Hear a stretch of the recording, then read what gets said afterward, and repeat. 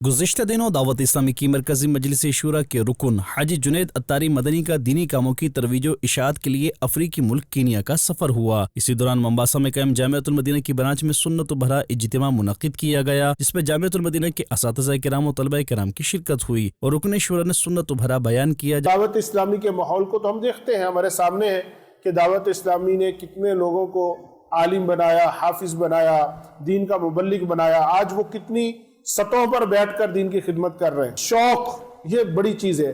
شیخ طریقت امیر اہل سنت فرماتے ہیں جذبہ رہنمائی کرتا ہے، اخلاص لیے پھرتا ہے۔ تو یہ شوق ہے، جذبہ ہے، یہ جتنا زیادہ ہوتا ہے، دیکھنے میں یہ آیا ہے کہ وہ اتنا ہی زیادہ دین کا کام کرنے میں کامیاب ہو جاتا ہے۔ شرط ہے کہ ساتھ اخلاص بھی ہو، اعتماد بھی ہو، نالج بھی ہو۔ اللہ پاک ان چیزوں پر ہمیں عمل کی سعادت نصیب فرمائے۔ جبکہ طلبہ کرام سے ملاقات کا سلسلہ بھی ہوا۔ دوسری جانب نیروبی میں مختلف شعبہ زندگی سے وابستہ افراد و عاشقان رسول کے درمیان کورس کا انعقاد کیا گیا، جس میں رکن شورا حاجی جنید اتاری مدنی نے اہم و بنیادی مسائل سے متعلق شرکاء کو معلومات فراہم کی اور دینی کاموں میں حصہ لینے کا ذہن دیا۔ کورس کے اختتام پر شرکاء اسلامی بھائیوں نے مدنی خبروں کو تاثرات بھی دیے۔ اس کے اندر ہم نے اصول دین کے بارے میں ہم نے سیکھا، ہم نے دین کیا ہے اور ہمیں جو ہے عقائد کے اوپر ہمیں سیکھنے کو ملا۔ بہت سی ضروریات دین کے بارے میں بتایا گیا جن کے پہلے ہمیں اس کے بارے میں معلومات نہیں تھی۔